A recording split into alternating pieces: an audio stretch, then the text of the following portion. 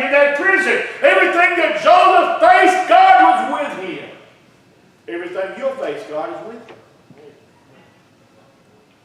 Heard a man who came into a town to watch a little league baseball game. He looked at the scoreboard and it was 21-0. The man, it was a little boy sitting on the bench while his team was out on the field. And the man went to the little boy sitting on the bench and he said, "Son, it looks pretty bad. Your team, doesn't it?" The little boy had a little smile on his face and said, "Oh, no, sir, we hadn't come into bat yet." See, what we need to realize is God's in charge of this thing, and we just got to wait on God. God's going to let us bat one day. You know, I was reading this last night. I thought, yep, this is unique, because this young lady didn't know what God could use her for. Somebody sent this to me in an email many years ago. And the title of it was called Tangled Hair. This lady was named Belle. She was sitting in an airport terminal, waiting to board a plane. She was sitting there watching other people who were also waiting, whom she did not know as she waited. She pulled out her Bible and she began to start reading. So she's sitting there in the terminal reading the Bible, and all of a sudden she felt as if the people sitting there around her were looking at her. She looked up, but realized they weren't looking at her, they was looking over her head at somebody else. She turned around to see what everyone was looking at, and what everyone saw.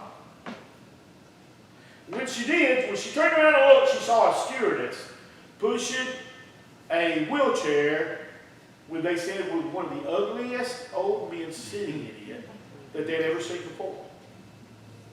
He had this long white hair that was all tangled and was in a mess. It was all tattered and a mess. His face was really, really wrinkled, and he didn't look very friendly at all. She said she didn't know why, but she felt drawn to that man and thought at first that God wanted her to witness to him. And in her mind, she said she was thinking, "Oh God, please not now. Please God, not in front of this whole crowd. God, don't make me do this." But no matter what she did, she couldn't get that man off of her mind. She kept thinking about that man. And all of a sudden, she knew what God wanted her to do. She was supposed to get up, go over to that man, and brush that man's hair. She went, she knelt down in front of the old man and said, "Sir, may I have the honor of brushing your hair?" The gentleman looked at her and said, "What?" She thought, "Oh, great, he's hard of hearing too." So a little louder, she said, "Sir, may I have the honor of brushing your hair for you?" He answered her, "If you're talking to me, you're going to have to speak up. I'm almost deaf." So at a scream, she said, "Sir, may I have the honor of brushing your hair?" Everyone was watching to see what his response was going to be. The old man just looked at her confused and said, "I guess, if you really want to." So she thought, "I don't even have a brush, but I thought I'd ask anyway." Sounds kind of funny, doesn't it? He said, "But look in the bag hanging from my wheelchair, and I have a brush in there." So she got the brush out, started brushing his hair. She had a little girl with long hair at home, and she was used to getting the tangles out of her hair, and so she knew how to brush it, not hurt the older gentleman. She worked for a long time until she had every last tangle out of his hair. Just as she was finishing up, she heard the old man crying. And she went and put her arms in front of the old man and knelt down in front of him. And she knelt down in front of him again as the tears were flowing down his cheeks, and she looked up into his eyes and said, "Sir, do you know Jesus?" And he answered, "Yes, son, I do know Jesus." You see, my bride told me she couldn't marry me unless I knew Jesus. So yes, I do know Jesus. I gave him my heart many, many years ago before I married my bride. But he continued, he said, you know, I'm on my way back home to see my wife. I've been in the hospital for a long time. I had to have special surgery in this town, far away from my home. My wife couldn't come with me because she's as frail as I am. He said, I was so worried about how terrible my hair would look. How awful. But I couldn't brush my hair by myself. Tears was rolling down his cheeks as he talked to this young man. And as he thanked Beth for brushing his hair, he thanked her over and over again. And by this time, she's now crying. People all around that witnessed the event now is crying. And they was boarding the plane, the stewardess, who was also crying, stopped her and asked her, why did you do that? Right there was the opportunity. The door had been opened to share with someone else the love of Jesus. We don't always understand God's ways, but we're to be ready for when God nudges our heart. That's what makes us unique. That's what makes us special. It's when we'll listen to God. And when God nudges our heart to do something, we'll do it. Without hesitation, without reservation. When God tells you to do it, do it. Because you are unique and God's called you to do what God's called you to do. That I can't do. That's why God calls you to do it. Are you really ready and able to do it? God wants our availability to serve Him. God wants our willingness to lay down ourselves and let God pick us up and use us. Just like He did Joseph. There's going to be heartache. There's going to be pain. There's going to be things that happen we don't understand. We may not always like. But God's got us where He's got us for a reason. And God wants to use us for His honor and glory. Will you let Him use you today? Will you be that unique person? Will you be that special person that God can use? As we stand to our feet today.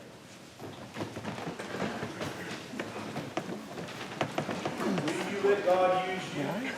If it's just brushing your hair, will you let God use you? Will you get to the point of none of myself and all of thee? Let God use you. And maybe you can pick up that torch and say, God, none of me, but all of you.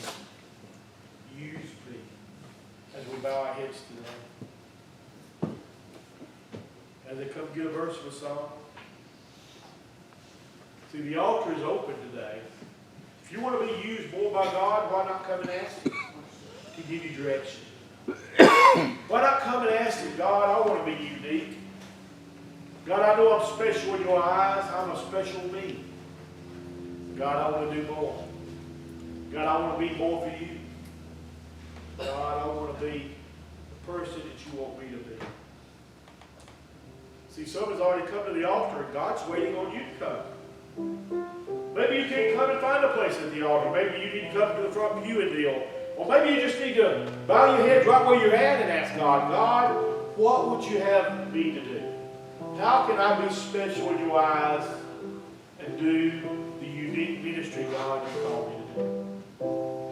It may be handing out a tract. Maybe cleaning the church. Maybe painting a wall. Maybe brushing hair. Whatever God's called you to do, will you do it?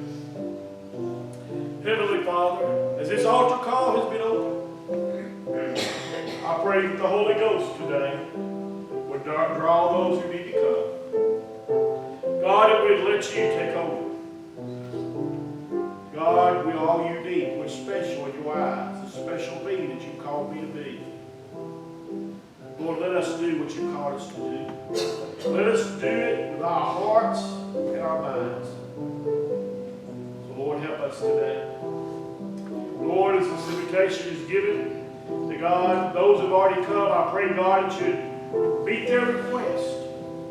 God, the need of their life. God, that you'd use them even greater in this church to reach a lost and dying world. God, those who should have come, God, maybe they don't pray right where they're at. Lord, they just need to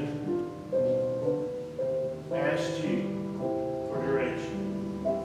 Lead us, Lord, as we sing this verse this morning. God, we'll praise you, Lord. We ask it in Jesus' name. Amen. Hymn 161.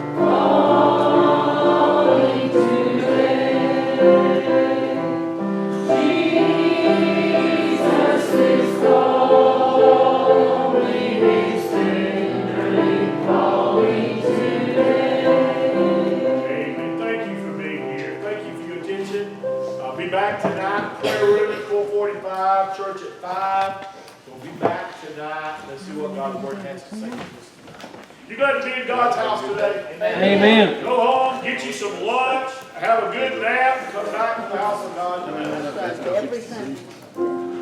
Ladies, we're going to bowl in February the 1st. It's $14 something a person to bowl for 2 hours. The sign-up sheets are here. I need to know where I know the lanes to reserve. Oh, by the way, there is a men's conference at Woodstock First Baptist. January 31st and February 1st is $70. Includes the steak dinner. If you'd like to go, please let me know because we got to order those tickets this week. So if you'd like to go to the men's conference with us, I think 2 or 3's already mentioned they want to go. So that's January 31st and February 1st. So, it'll be Friday night.